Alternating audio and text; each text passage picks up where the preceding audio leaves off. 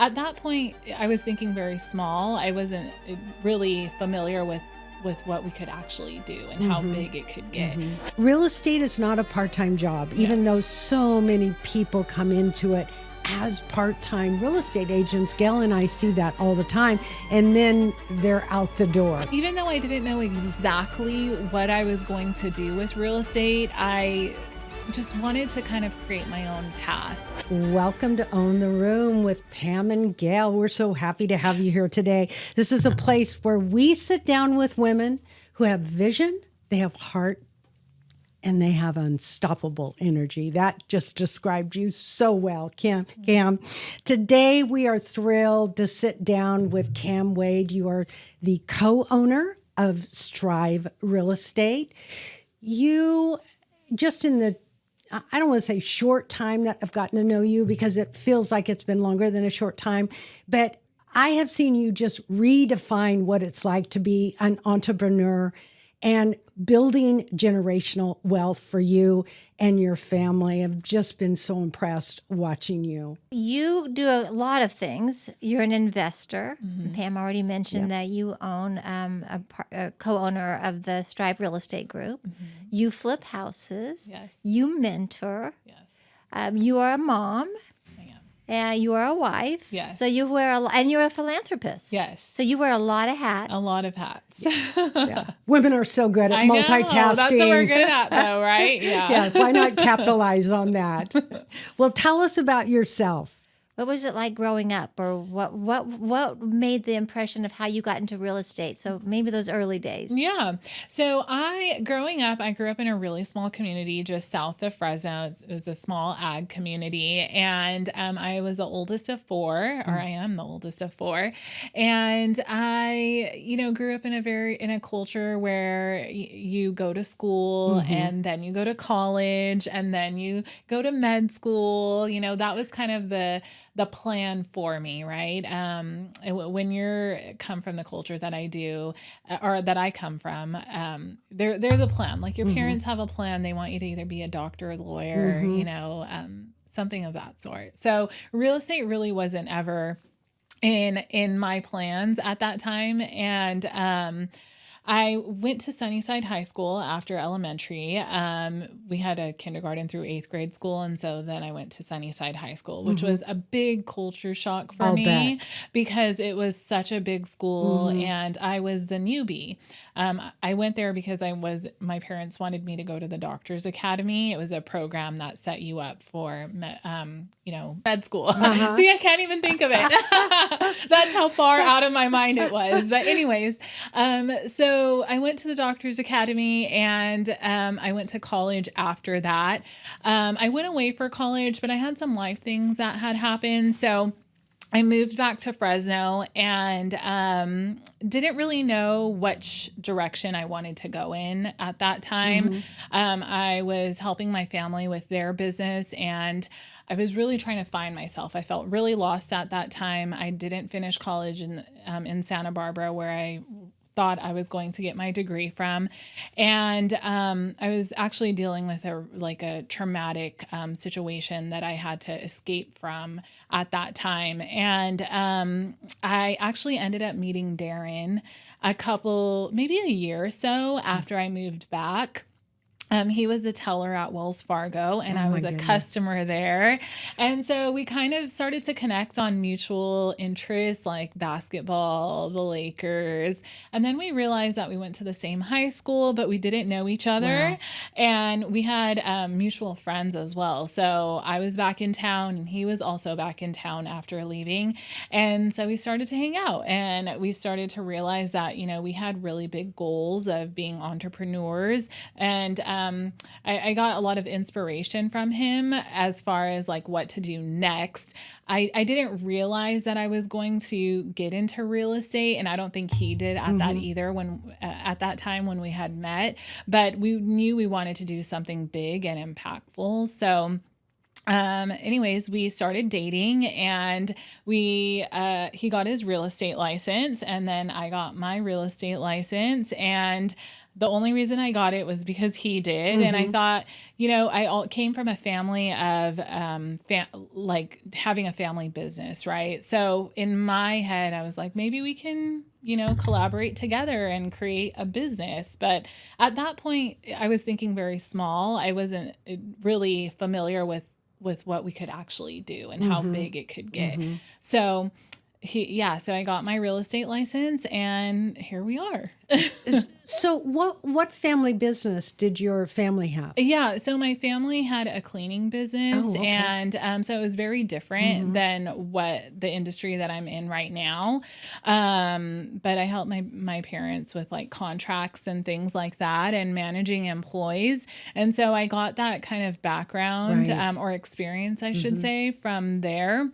And then also during that time, I did payroll and bookkeeping for a large insurance company in town. So I got a lot of that like HR experience, maybe like payroll, how to manage people, how to, communicate with employees and clients. And so a lot of that customer service experience, I developed that during that time.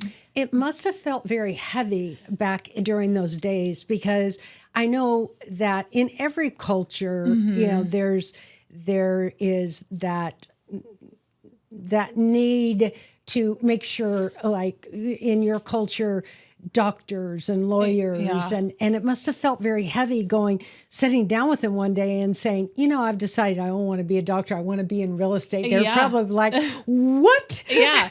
Real estate? It did actually. And also I'm the oldest. I was the oldest daughter. So there was a lot on my plate, or at least I felt a big responsibility.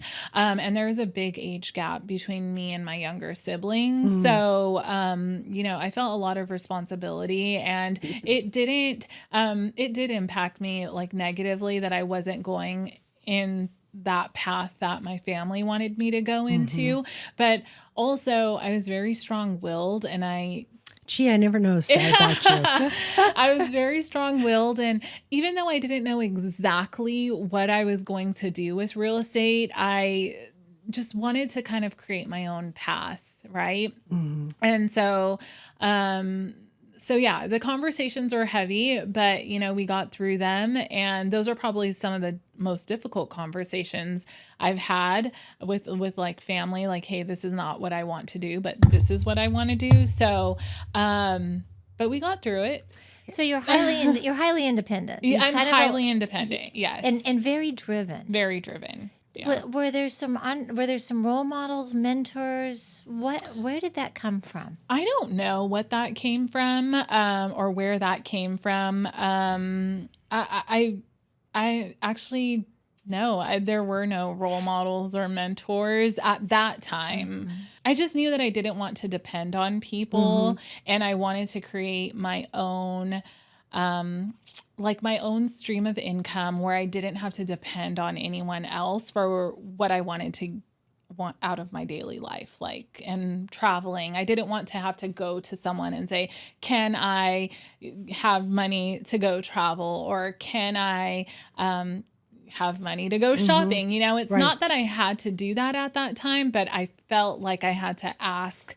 And I didn't like that. And I wanted to just be able to make my own decisions. I completely relate to that. I completely relate. And I know Gayle does too, because we're both, very independent women, and we don't want to ask for money. We want to be our own independent earner of, I don't want to say, can I go shopping? I've never been that way. And notice I bring up shopping. It's interesting.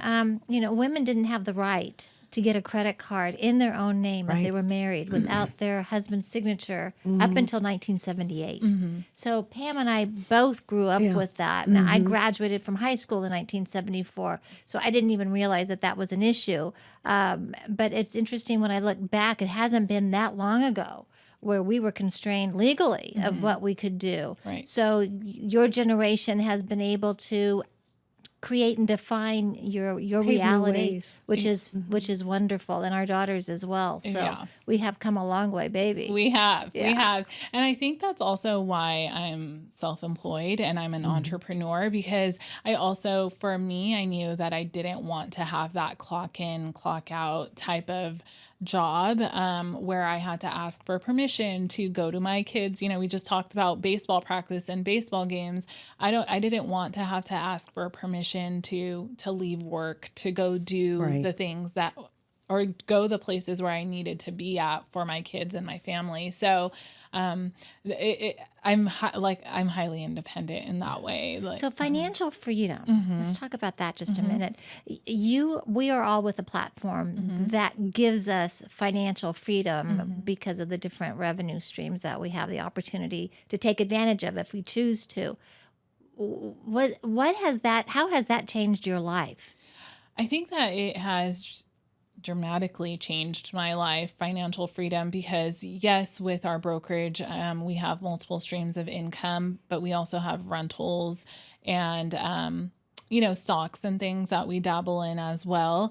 And what that's allowed for me to do is have leverage and, even hire out for things, use that money to hire out for things like getting our lawn done, laundry done, having a cleaner come in. And I'm not using my income that I, worked for. It's coming from my passive income to be able to pay for those things. So that way I can spend more time with my family. Laundry service. Yes. Laundry service, travel, I do everything that I want to do. But, taking just a little step back, I mean, it's great to be where you're at, but I can imagine that even though you had a part-time job and you got your real estate license and Darren is already a realtor, I remember many, many years ago, somebody saying, you got to be in real estate for 4 years.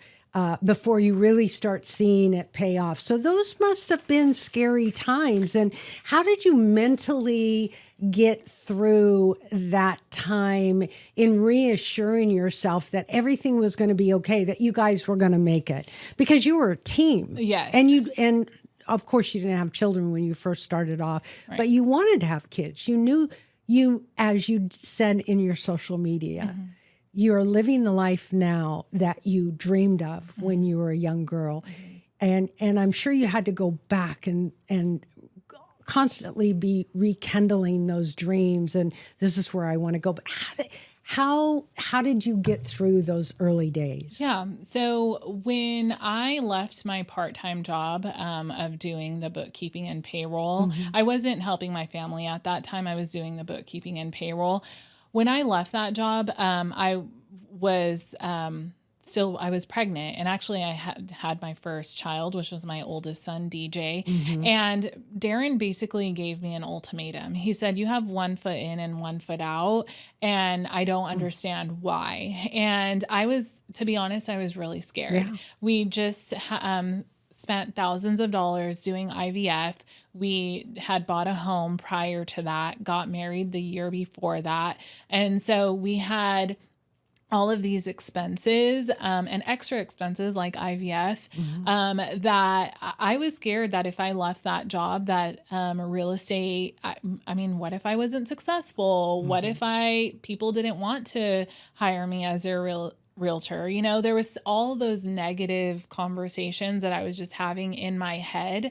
And I have, for some reason, I have this weird relationship with money. Like, if I don't have a certain amount of money in my bank account, I think that the world is going to end. Yeah. And I could have enough for 6 months in reserves, right? But if it dips past 5.5 months, I start to panic. So anyways, I just didn't want to leave that job because I knew that I was just scared. Yeah. That there's no other answer. If you're not scared, you should be. Yeah. You should be. Yeah. You better have your head down and be scared enough to get up every single morning, get your pretty on, and go to work. Right. It's a great motivator. Fear is a great motivator. It's a great motivator. It is. And I was taking DJ in his car seat to that office, the insurance office, and then from home to the office and putting him back in my car and then taking him to a showing and then finishing up the showing and then putting him back in the car and then going to the office to write up the offer.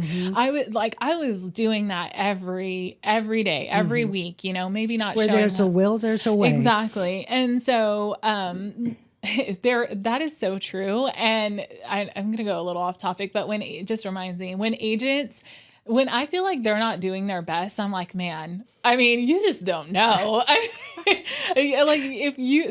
where there's a will, there definitely is a way, And so anyways, yeah, that's what I was doing for a long time. And Darren gave me that ultimatum and he was like, you either are in with me on this or we just cannot do this together. Yeah. And he actually had another partner that he was going to partner up with. Yeah. And it's our really good friend. His name is Ray Meyer. And he said, this is like, I have this opportunity to partner with this really great agent and you're either with us or not. Yeah. And he had his own goals too, so I was a little bit in the way of that at that time. And so that's what kind of forced me to quit that job and go full time. Take that step. Great ultimatum. So you work with your husband. So you have a business partner, which is Darren. Yes. How is it working together? For one thing, do you tend to lead or drive in certain areas of the business and then Darren lead and drive in other areas? And then when there's conflict, how do you work that out? Yeah. So contrary to popular belief, I am not an extrovert. I'm an introvert. And if you know my husband, he's an extrovert. Oh, definitely. And so I usually like to handle like the back end things. So the P&Ls, the hiring, the firing, I have to do that. But I'm okay with it. And just a lot of the back end things, that's what I handle. And he is like the face of our company. He's the face of Strive and he's out there, I don't know how he says it, kissing babies and, giving hugs or whatever, that's what he does. So, and I don't like to hug people. So there we go. It works, right? Sorry, I hugged you when I walked in. It's okay. Most of my friends know that about me. I'm not a hugger. He's a hugger though. He is. Imagine he always tries to hug me and I'm like, please stop. This is a lot right now.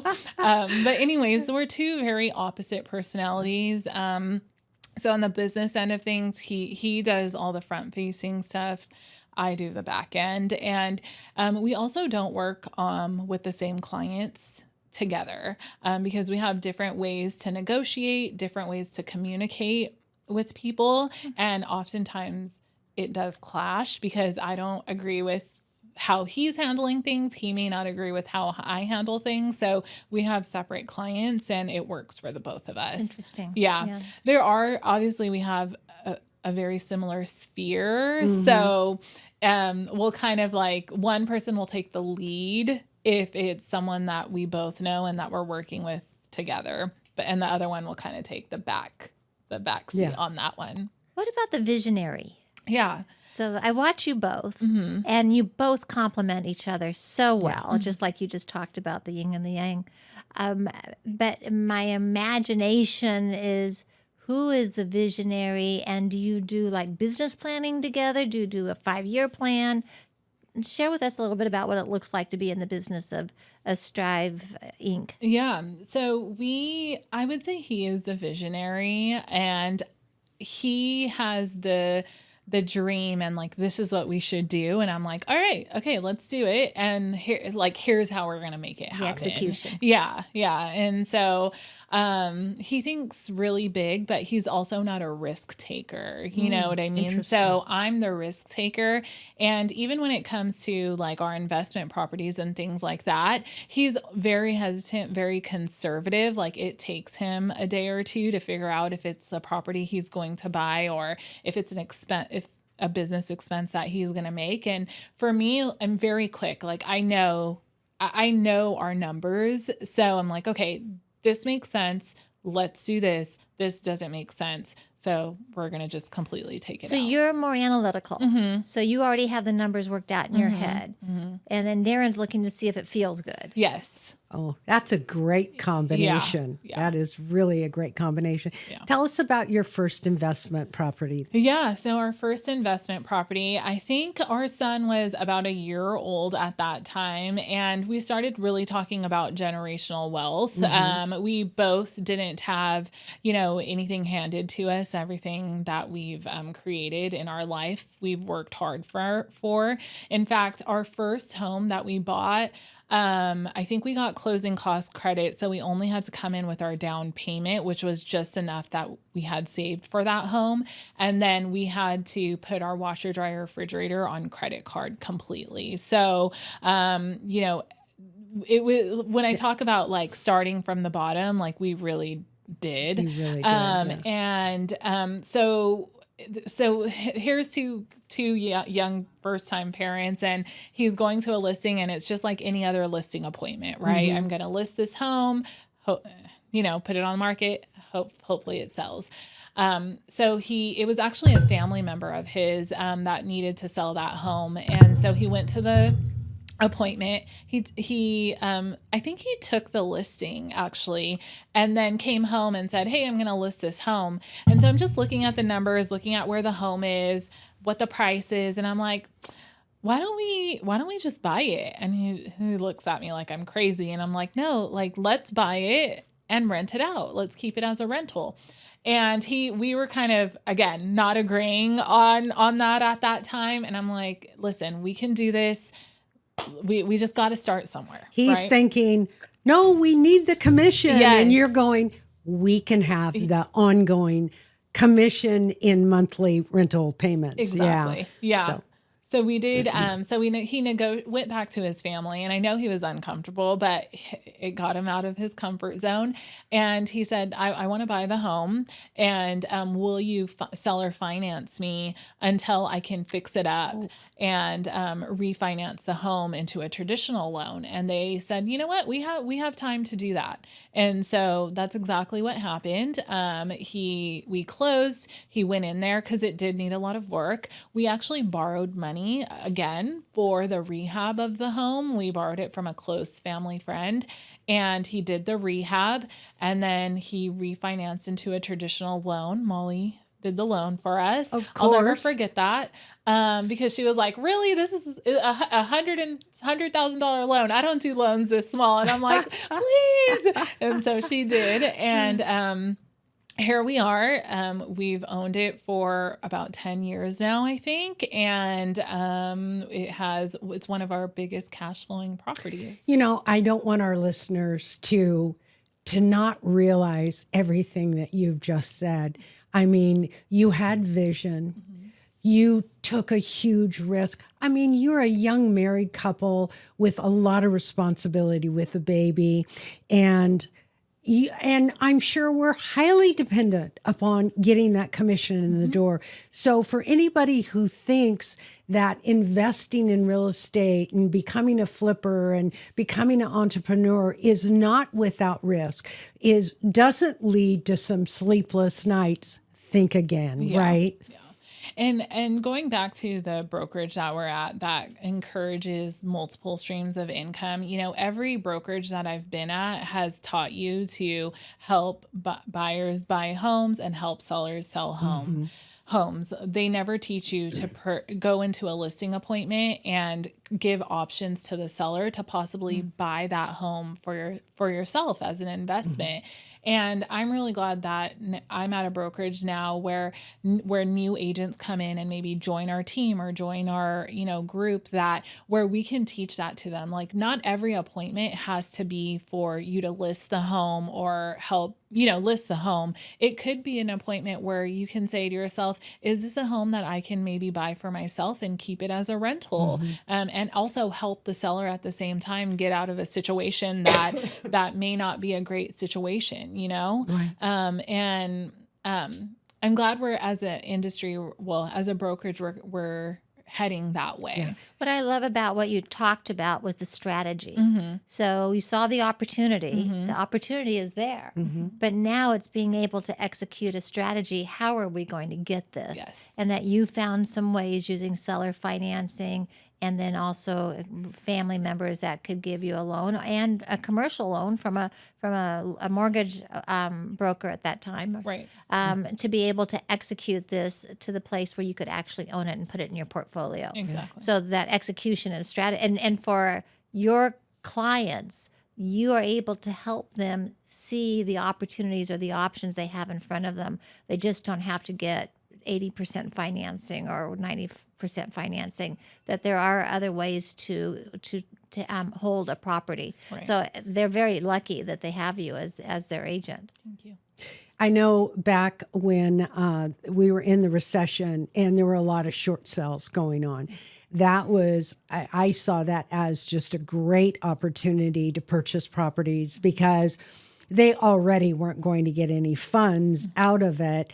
And you set the price. And then I know I went in and I said, do you mind?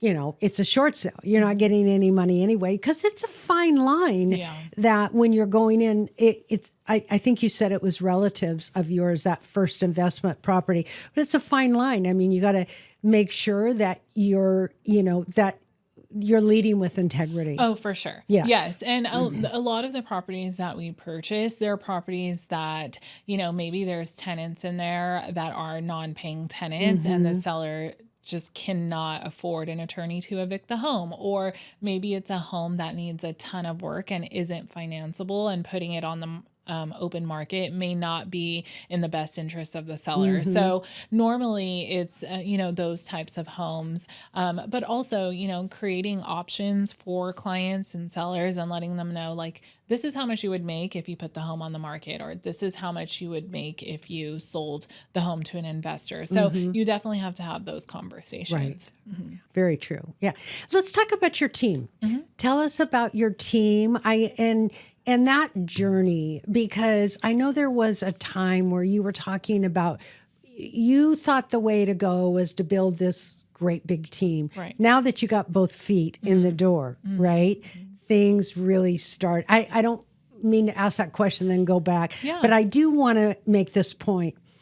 Real estate is not a part-time job, even though so many people come into it as part-time real estate agents. Gayle and I see that all the time, and then they're out the door. So one of the greatest advice I think Darren was able to be instrumental with you is to say, you're either in or you're out. Right. So now you guys are both into real estate. Now you've said, okay, teams seem to be the way to go. How has that worked out for you? Yeah, so we have had our team for about 10 years. We were at a couple of different brokerages. One was a bigger brokerage and the other was a smaller boutique brokerage in town. And then we went to a company. We went to Keller Williams in 2016, which was a really big, had a really big coaching program, right? So that's really where we learned how to build our business when we went to the trainings and, out of state. And really learn that we can do something big. We can have an admin team and then add agents to our team that can not only help us scale, but also help agents build their book of business. And so what we realize, though, that, when you are hiring for agents, a lot of people come in and say, I'm going to do this, this, and this. And sometimes they come in and then they just sit there and they don't do, exactly what they say, even though you give them all the tools to do that. So we realized pretty quickly that we didn't need to be this big team, right? Like this big mega team, that we could be a small team and still do a lot of business. And so that's what we think it, fits for us. And so we have always had a pretty small team, probably no more than 10 agents. And it's worked really well for us. And we focus more on our sphere of influence, our past clients and referrals. And that's where about 92% of all of our business comes from, like even the team members as well. And that's because we really love on our clients, and we've taught our agents to do that as well. Because when people refer us, that's a really big deal when they refer us to their friends and family. And so we again do client appreciation events and just love on our clients a lot. And that's what's been able to help us be successful. And you love on your agents We as do. well, because Yes. we see your social media and the fun things that you do. Gayle and I talk to people, to agents all the time about, I want to have a team. I want to do this. It's not for everybody. It really isn't. And fortunately for you and Darren, you learned that and you said, wait a minute, in theory, it sounds good, but it doesn't really work for what our vision is. Right. And you were able to pare that down, because you have Annalise, who is your sales manager, who's well known in the industry, and you certainly have all the abilities to grow a mega team if that was the direction that you wanted to go in. But it is a lot of work, and it's not what everybody wants to do. Right. So, and you certainly have shown the other side of that, and then your entrepreneurship in building your brand, investing in property, flipping, and all of those things. Yeah. One thing I want to say about teams is if you're wanting to build a team to get rich, like that is not the reason to, build a team, because, unless your numbers, as far as like your gross income and commissions and, expenses are like very dialed in, or minute. It's really hard to make a good net profit from running a team. Yeah. And so you have to be in it for other reasons, like really helping agents and really kind of changing.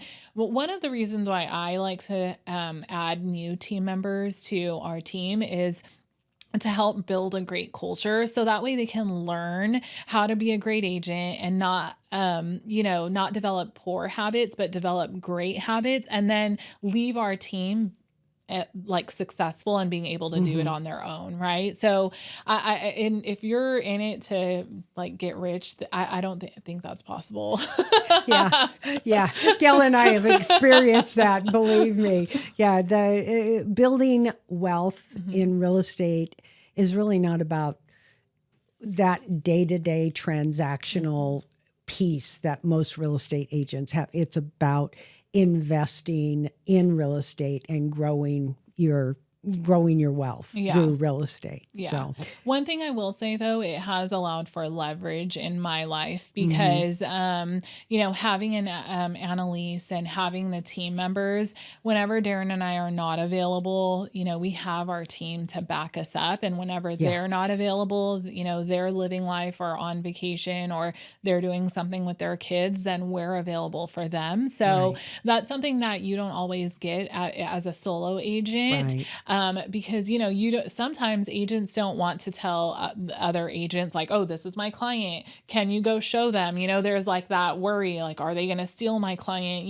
Things like that really like small thinking, but it happens, so I understand why agents are hesitant to get help from other agents. But when you have a team where you can trust your team members, it's easy to say like, hey, I have a doctor's appointment or I need to be at my kid's game. Can you help show my client? You know what I mean? And that's allowed for us having a team has allowed for us to be able to leverage. Yeah. And this is something I went to United Wholesale Mortgage a couple months or weeks ago and spoke there about leveraging a team. And one of the things that comes to my mind about I wouldn't have been able to get through this situation if I didn't have my team was my son, my oldest, he deals with respiratory issues because he's a NICU baby.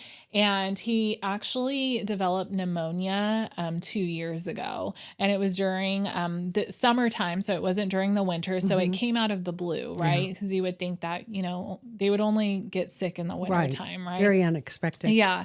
And so when he was having belly breathing. And so I knew something was definitely wrong one night. And I took him to the ER at Clovis Community because I thought, it's going to be fine. They're going to give him some meds, maybe a breathing treatment, because he has had respiratory issues in the past.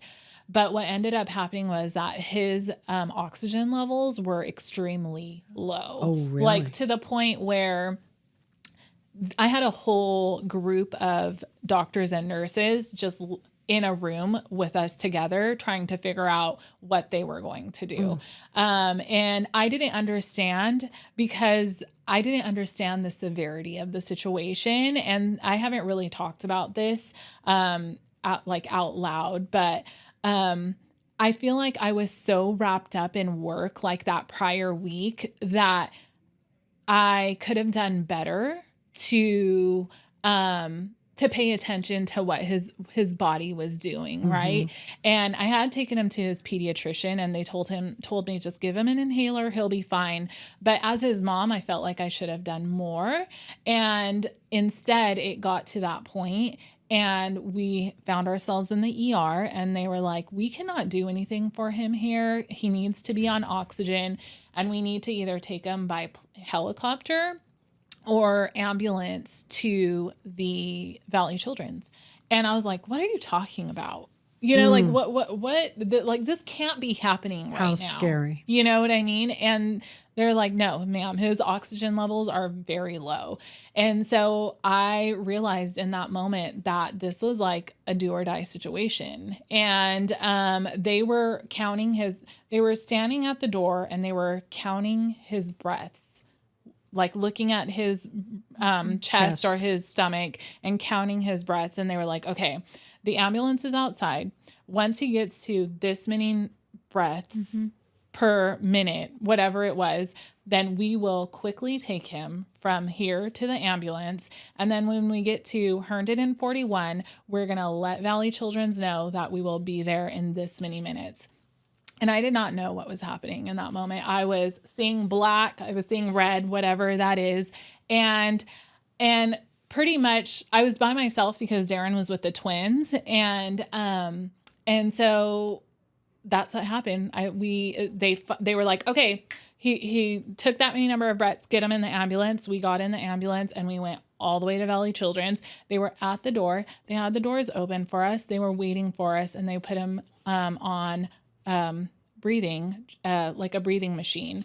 And they ran tests and things like that. And he had tested positive for valley fever, which if you're familiar with valley fever, it could be very like deadly. Very serious. And the doctor told me like 3 days after he had been on the breathing machine and things like that, I'm surprised that he's made such a like progress, because I didn't think that he would. And we were in the hospital for over a week and maybe 2. And during that time, my team was there for me. I did not have to worry about a showing. I did not have to worry about talking to a client. I did not have to worry about anything related to work. Right. And I was able to focus on him. And Darren and I literally, he did the night shift, Darren, and I did the day shift. And we would hug each other in the parking lot and switch and leave. And I would come home, take the twins to daycare, go to work for a little bit, but not very much. And then we would do that every single night. So we didn't leave him alone because he didn't want to be left alone, which I totally understand for a 8-year-old or 7-year-old to be, in the hospital by himself. He didn't want that. Yeah, it was very scary. But I wouldn't have been able to get through, most agents would have to completely just put a pause to their business or have to work at the same time. Right. And I'm so grateful that during that time in my life that I had my team, and I'll never forget that. And I'm so grateful for them. And DJ is okay. He's super, he's playing baseball, but it was really scary. Is that what took you into philanthropy? Because you do that at a high level. So Well, no, I got into philanthropy because of DJ, but because he was a NICU baby. So he was in the NICU when he was born. I had a placental abruption at 32 weeks. And he was in the NICU for a couple of weeks, and I just absolutely loved the staff at the Clovis NICU, and I'm still friends with a lot of the nurses. Some of them are actually my clients, which is really cool. But, they took such good care of him that I told Darren that, once we get to a place where we can donate money to the people or the department that helped us get through such a challenging time in our life, I want to be able to do that. And so every closing that we have, we send a portion of that closing to the NICU department. And that's why we give back to. I love that. I love that. That is wonderful. I have a question for you. So I can imagine that, just some of the little things you were saying about when DJ, that you should have been paying better attention. And Irma Bombeck, do you ever guys remember Irma Bombeck? She was a comedian, and she always said that parenthood is the gift of guilt that keeps on giving. Yeah. And I could just feel how guilty you felt by, we beat ourselves up. How do you maneuver that today? How do you be where your feet are? Yeah, well, a really good therapist helps. I do see my therapist every 2 weeks, and we talk about those types of things because she knows, we're boss women, right? So we're building this business at such a high level, and then we're moms, and then we're wives, and then we're friends. We have all these roles that we play in our life, and we want to be so great at every single role. But what that situation made me do was just take a step back and say, maybe I don't need to be answering my text messages at 9:00 when a seller texts me or a buyer texts me, and maybe I don't need to be, answering my phone call for a tenant asking about little tiny things, that could be solved the next day or looked at the next day. And so I think it just really, situations like that really just make you take a step back and reevaluate all of the important things. And I will say priorities, yes. And I will say that maybe before that all happened, like I said, I felt like I needed to have been a little bit more present when he was sick, and maybe, I don't know, maybe it was just needed to happen that way. And I don't know, but I can't. I don't know. I can't. Well, predict. in a way, it was a gift. Yeah. In a way, it was a gift. It gave you an opportunity to do things differently. Yes. Would it be perfect if you didn't have to have that happen? It would be, but we have to be kind to ourselves and to be able to look back and say, I look at that as not a failure because I learned from it, but a success story where I took that step back. I reevaluated what my priorities are. And in moving forward, I'm going to handle things differently. Yeah. I have kind of a fun question for you. So kind of think about this for a second. One of the things that Gayle and I did, and as you know, in creating Own the Room, is we did this kind of mini conference that we put on at Fort Washington, and it was very well received. And I think one of the reasons why it was so well received was because we talked about, all the speakers talked about their failures and their missteps. What would you say is probably maybe the first key misstep, not to do with your children, that happened in your career that also helped you go forward? Right. Because you learned so much from it. Yeah. So first misstep, I would say, is, I don't know, maybe not hiring you know how they say like hire slow, fire fast. Right. Yeah. I think maybe that, for as far as like maybe team members go, you know, sometimes you just want to, again, like in the beginning, we just wanted to grow. And we would just add, anyone that reached out to us and Sure. wanted to be a part of Strive. We were like, all right, let's Come do on it. in. Yeah. And so, you know, really, and that, you know, whenever you hire just anyone onto your team, it sometimes they're not a good fit for your culture.